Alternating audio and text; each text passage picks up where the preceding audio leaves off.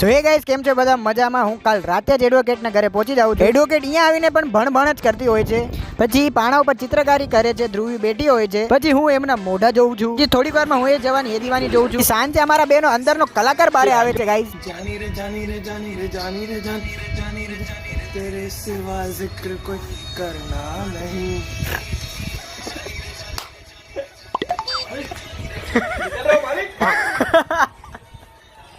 વાહ, art. This is called art.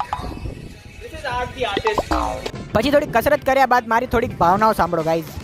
હું આજે જોતો તો એ જવાની એ દીવાની મનાલી ફરવા જાય. મેં કીધું હું ક્યારે દેશમાં દોસ્તારો રોકા ભેગો, પછી આ કાંઈ સકલ ડોન.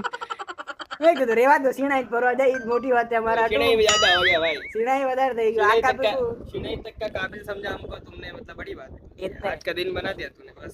તો મળીએ કાલે આવી જ મસ્તી સાથે. ત્યાં સુધી હર હર મહાદેવ.